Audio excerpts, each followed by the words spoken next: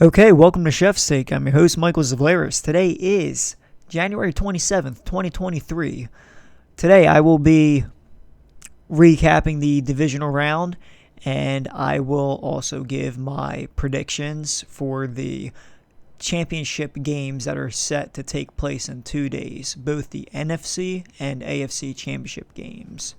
So without further ado, let's get right into it.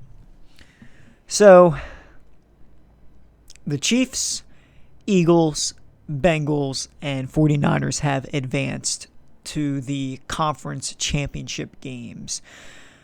The Chiefs beat the Jaguars 27-20 after the Jaguars sort of fell apart in the fourth quarter. It was unfortunate. Jamal Agnew fumbled the ball at the Chiefs' 9-yard line. They were in the red zone. He fumbled the ball, which eventually costed them the game. But the Jaguars get the ball back. Only this time Trevor Lawrence throws a pick. And yeah, it just went all downhill after that. So the line was 9.5, and I believe I did talk about it last episode. I was going to take the Jaguars points. I was going to take the plus 9.5. This was a really predictable score. I forget what my score prediction was for this game, but this was definitely one of them that I had in mind. Let's talk about the Eagles game. Eagles were 7.5 point favorites, and we won efficiently, without any sweat, 38-7. And the funny thing about it is that exactly 5 years prior, on January 21st, the Eagles beat the Vikings 38-7 to advance to the Super Bowl. I was not expecting this kind of a blowout. I was not expecting this kind of game at all, but it happened. We had 268 rushing yards, 148 passing yards. I'm not concerned about the passing, given, we went nuclear on the ground game. There's really no need to pass that game. We sacked Daniel Jones 5 times, and I said it before, we had the majority of the possession time with just under 36 minutes. That's the key to winning these games. That's how we lost to Washington. They kept us off the field. I think we only had the ball for like 20 minutes. But after we kept draining the clock, keeping the ball away from New York, and like I said, we won very efficiently. Jalen Hurts went 16 for 24, 154 passing yards and 2 touchdowns. He had a QBR of 112.2. Kenneth Gainwell, 112 rushing yards and a touchdown on 12 carries. That's really impressive. He was the first Eagles running back in a long time to rush for 100 yards in a playoff game. I forget who the last one was, but pretty impressive. Miles Sanders had 17 carries and 90 yards. Jalen Hurts had 34 rushing yards and a touchdown. Boston Scott, the Giant Killer, did have his touchdown, which was the most popular bet for the Giants game, a Boston Scott anytime touchdown score at plus 300. So, yeah, we looked pretty good. Devontae Smith, 6 catches, 61 yards and a touchdown. Goddard, 5 catches, 58 yards and a touchdown. A.J. Brown, 3 catches, 22 yards. Not really worried about that. He did look a little shaken up on the same drive. He went down on the same drive twice, and he was really slow to get up on both times. And thankfully, Sirianni just took him out of the game for precautionary measures. A.J. Brown did look pissed, but earlier this week he said he's fine. He's good to go, which is good. And another good thing, when he has one of these kind of games, 3 catches, 22 yards. He always has a bounce back game. Last time I checked, he would get, at least 8 catches and 60 yards after an off week. And the 49ers secondary has not been good at all. If I look at the stats of their last few games against receivers, let me take a look. So,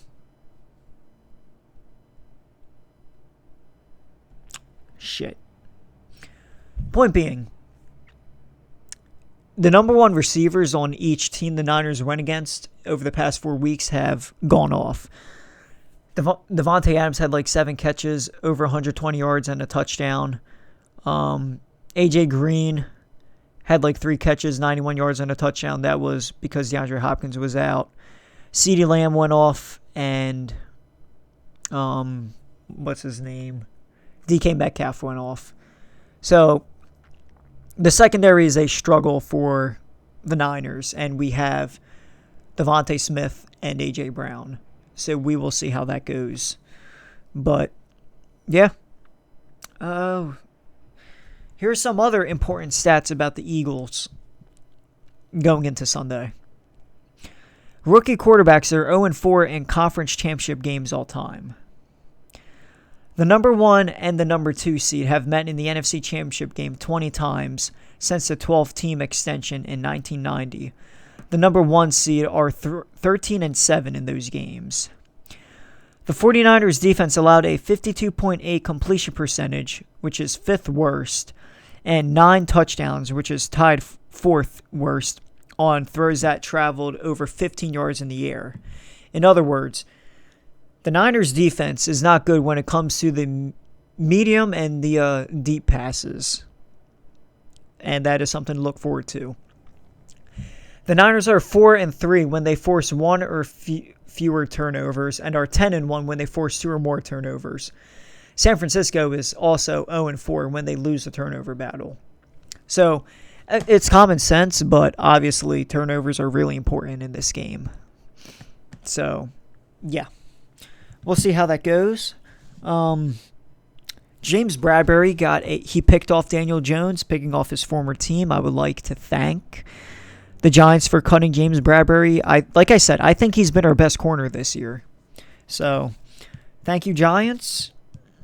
Deebo Samuel also came out the other day saying, we know it's going to be loud, but no stadium is as loud as ours, meaning, San Francisco Stadium at the end of the day. We'll see. I like to disagree strongly, but we'll see. We'll see how that turns out on Sunday. Avonte Maddox is back practicing. He was a limited participant, but I think he will play on Sunday. And if he plays, we have a completely healthy team going into Sunday, which is something to look forward to. I will get back to I really can't. The Niners are dealing with some injuries right now. Eli Mitchell is dealing with a groin injury. He didn't practice for 2 days. Christian McCaffrey is dealing with a calf injury. He hasn't practiced at all this week. I don't know if he practiced today or not. Deebo Samuel has been dealing with an ankle injury, and from the report I saw, he's been dealing with this ankle injury for the whole season, pretty much. I think there was someone else, but I didn't know who it was at the top of my head. But these guys, they're going to play on Sunday without question. But how much is it going to impact their game plan? Because calf injuries and groin injuries are no joke. Especially even all those injuries are no joke. Deebo Samuel is a yak machine. An ankle injury is bad for that kind of player. But he's been playing through it, and he's been looking good. So we'll see. Add that to the we'll see counter. Christian McCaffrey, who knows? But I just hope we have a fully healthy team. That'll be huge for us. I really hope we have like James Bradbury on Deebo Samuel, because Darius Slay, I've said this before, Darius Slay struggles against the big-bodied receivers. He struggles against the physical receivers, and Deebo is one of the most physical receivers in the league. James Bradbury is one of the best corners in the league when it comes to guarding the physical receivers.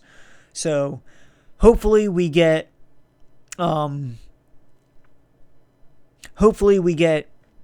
Bradbury on Deebo, Slay on Ayuk. If Avonte Maddox plays, which I think he will, put him on Jawan Jennings. And honestly, I don't know what we're going to do with Kittle, but hopefully we have like CJ Gardner-Johnson on him, because Gardner-Johnson is another Malcolm Jenkins. He can play like any position on the defensive side. He can play safety. He can play outside corner. He can play nickel. He can do it all. So hopefully that's what happens. I think that's the best situation for us. My friend Ryan brought up this interesting stat. I mean, it's not a stat, but he brought up a valid point. The Eagles have always exposed the quarterbacks that catch fire. You know, we humble those quarterbacks who start catching fire. For instance, Case Keenum, everyone was talking about how good he's been doing. We lit him up in the NFC Championship game 5 years ago. They were talking about Cooper Rush, how he was undefeated as a starter. The first quarterback to have a QBR above 85 or so in his first 5 or 6 starts. We beat Cooper Rush. They were talking about Daniel Jones in the playoffs and how he dominated the Vikings, which he did, but the Eagles' defense is not the Vikings' defense and vice versa. And we beat the ever-living shit out of the Vikings. So, what is in store for Brock Purdy?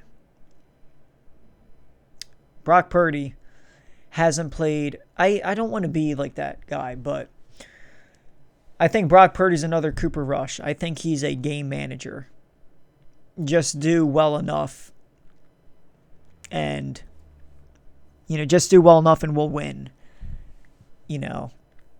Because he has the 49ers defense. Look, keep in mind, he has the 49ers defense, which is the best in the league. He has Kyle Shanahan in his ear calling the plays. And he has Deebo Samuel, George Kittle, Brandon Ayuk, Christian McCaffrey, Eli Mitchell. You have some of the best playmakers in the league on the same team. And you have the best offensive lineman in the league in Trent Williams. So, yeah, you're going to have some success. Against the Cowboys, let's talk about that game. Dallas hasn't seen the NFC Championship game this century yet. It's been 26 years since they've last seen an NFC Championship game. And the final play of the game, what the hell was that? So stupid. But anyway, the Cowboys' defense is good. And Brock Purdy, he wasn't good. He wasn't bad, but he wasn't good either. Average game. I think our defense is better than the Cowboys. We have a better defensive line, better linebackers, better secondary, better all around. So, let's see how Brock Purdy does against them. 49er fans are talking about how Trent Williams will contain Hassan Reddick. First of all, they don't even line up on the same side, so good luck with that. Yeah. So, like I said, Brock Purdy I think he's a game manager. Now, granted, he's undefeated as a starter. But like I said, he reminds me of a Cooper Rush. Cooper Rush was a game manager. He just had to do well enough. to help the Niners succeed. He wasn't impressive last week. I don't know how he's going to do against the Eagles, but I don't know. I think as long as we pressure him, because he's not a mobile quarterback, for rookie quarterback, we should just pressure the living shit out of him, like blitz him as much as we can, get him as uncomfortable as possible. And I think that will be a key to win the game. Because here's the thing. I don't think he's going to win a quarterback. If it comes down to a quarterback duel, I don't see him beating Hurts in a QB duel. Hurts is dual threat. The Eagles can beat you in so many ways. They're not one-dimensional. They can beat you in the passing. They can beat you in the run game. I don't see this game being a running game because Niners are really good at that. So, and we can beat you defensively. Like take the Jacksonville game for an example. Our defense won us that game. So, if it comes to a quarterback duel, I do not see Brock Purdy beating Hurts in a QB duel. I'm sorry. Now, he did get into last week's Niners and Cowboys game was a defensive game. It ended up coming down to a QB duel. But, yes, Purdy did win the QB duel. However, Dak Prescott is the other quarterback. Dak Prescott is a black Kirk Cousins. He threw 2 picks that game, and he fumbled. So, yeah. Dak is not a good quarterback at all. Jalen Hurts is an MVP candidate. So, and speaking of, he's officially an MVP finalist, an Offensive Player of the Year finalist. Nick Sirianni did not make the top 3 in head coach and Coach of the Year finalists. I can understand why. I honestly think I hope Doug Peterson wins, but I can see it going to Brian Daboll. So, yeah. But yeah, I don't see Purdy outdueling Hurts in this game at all. Hopefully, I don't think Hurts is going to win Offensive Player of the Year. It would be nice, though, because he racked up a shit ton of touchdowns, I should say. Like, he was a really good offensive player this year, but I see that going to Justin Jefferson, who I predicted to win the award. So, my signature line, we'll see. So, I think we win this game 27-20. It's gonna be a dogfight, I think. Then again, I thought it was gonna be a close game last week. Who knows? However, I also want to mention 49er fans haven't learned from the Giants or Vikings. The 49ers started parodizing Rocky for their own benefit. Like they didn't learn from the Vikings and Giants. The Vikings put Vikings gear on the Rocky statue. We beat them 38-7. The Giants did the same thing. And they were putting all these Rocky quotes with Saquon Barkley on the cover of newspapers. But the Niners, Niner fans put some Niners gear on the Rocky statue again. And they're calling Brock Purdy the biggest Philadelphia underdog and putting him on a Rocky poster, titling the poster Brocky. They do not learn. When will they learn? We beat the living shit out of the Giants 38-7. What's going to happen here now? So, I don't know. No idea. But I'll tell you what. After what they did with the Iraqi, I don't know. I think it's gonna be a really close game. I'm not gonna lie to you. Tickets are expensive as hell. I'm going to be watching it with Matt and Vicente, just like we did 5 years ago. So, another thing I want to mention, I follow Undercover NFL. They are a reliable NFL source on Instagram. I recommend you follow them. He made a post. According to multiple league executives I've been in communications with recently, it is expected that quarterbacks Joe Burrow, Jalen Hurts, and Justin Herbert will set the new market value for franchise quarterbacks, with extensions expected to exceed the $50 million annual average salary mark this offseason. Now, he made his predictions for extensions for the 3 quarterbacks as well as other guys. His rumor reliability rating is an 8 out of 10, which is pretty good, and I can see this happening. Jalen Hurts is the first quarterback of his draft class to make an all-pro team. Think about it.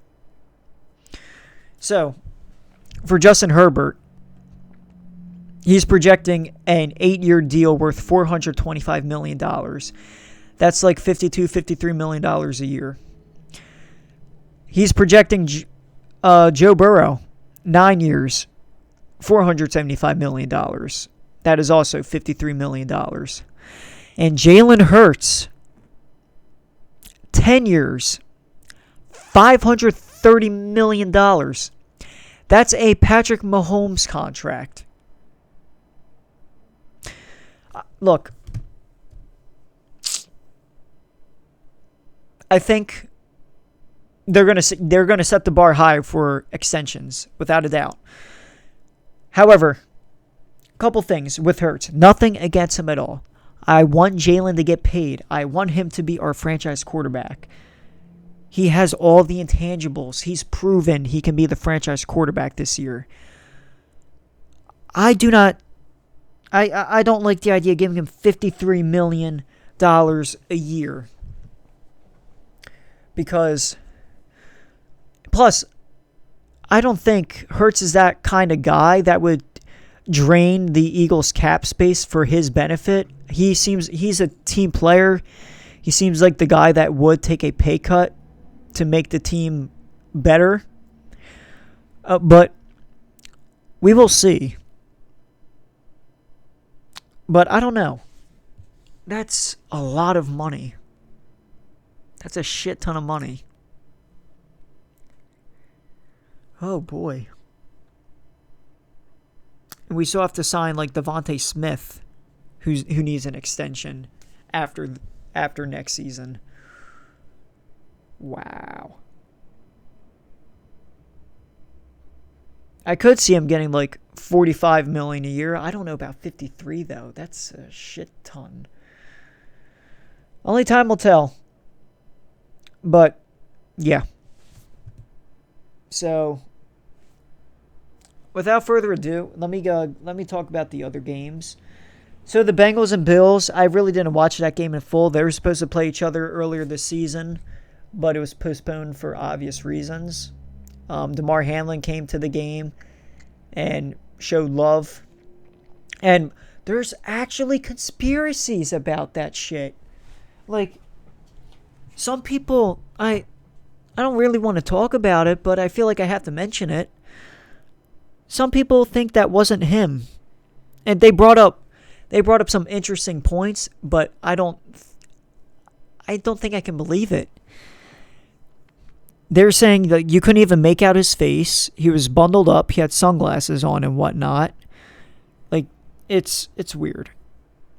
They that whole conspiracy is going on. I don't want to talk about it because honestly I feel like it's insensitive.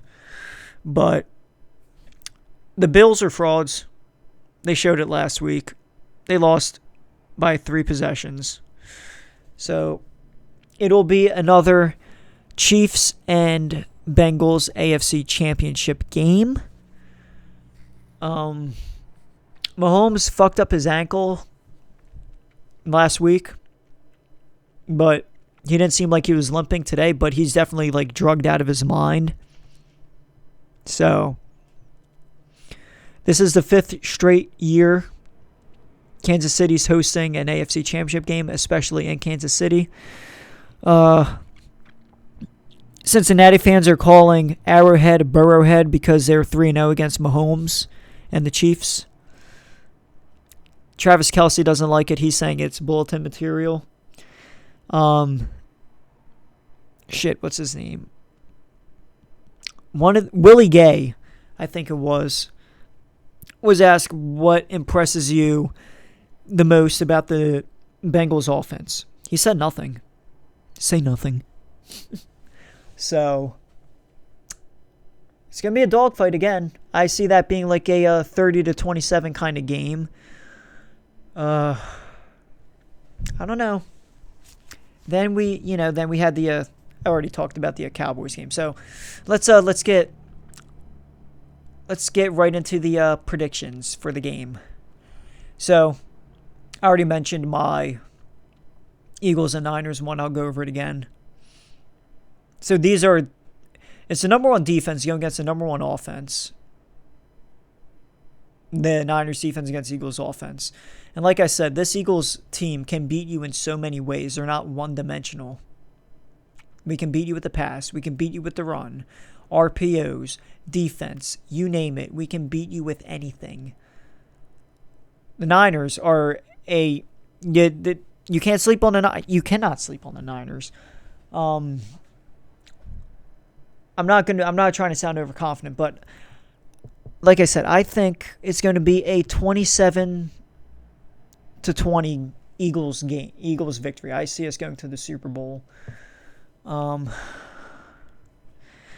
time will tell, but that's my prediction. Next, we have the Bengals and Chiefs for the second straight year. This is a really tough one. Both of the Bengals starting offensive linemen are ruled out again. However, they took care of business last week against the Bills. The line for this Bengals and Chiefs game shifted so many times. It was -1 Kansas City, then it was -1 Cincinnati, then it was -1 Kansas City again earlier today, then it shifted to -1.5. So, keeps jumping. The Eagles game, as soon as the Niners won, the Eagles were favored by 2 points, and now it's 2.5. It really didn't move that much. But, like I said, keep an eye on McCaffrey, Eli Mitchell, and Debo's injuries. They're going to play. We know they're going to play, but it's something to keep an eye on because all those injuries are serious, especially for the positions they play. I really do want to see a Eagles and Bengals Super Bowl. Jalen Hurts would get his rematch from the Peach Bowl a few years ago when he was at Oklahoma. That would be a nice Super Bowl. But I'm going to... This is such a hard game to pick. My gut is telling me pick the Bengals. But I just don't see Mahomes and Andy. It's like, shit, it's really hard. Like, how healthy is his ankle? Because Mahomes is known for extending plays. He was having a hard time doing that last week. Like I said, he doesn't have a limp. But like I said, he was probably drugged out of his mind. They probably injected his ankle with a bunch of shit. I don't know. I cannot pick this one. Just think about it. How healthy is Mahomes' ankle? The Bengals team on paper is better than the Chiefs. And, the Bengals are 3-0 against the Chiefs.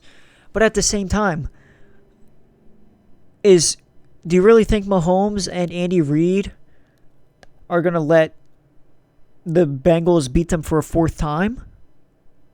Like, it's really, really tough.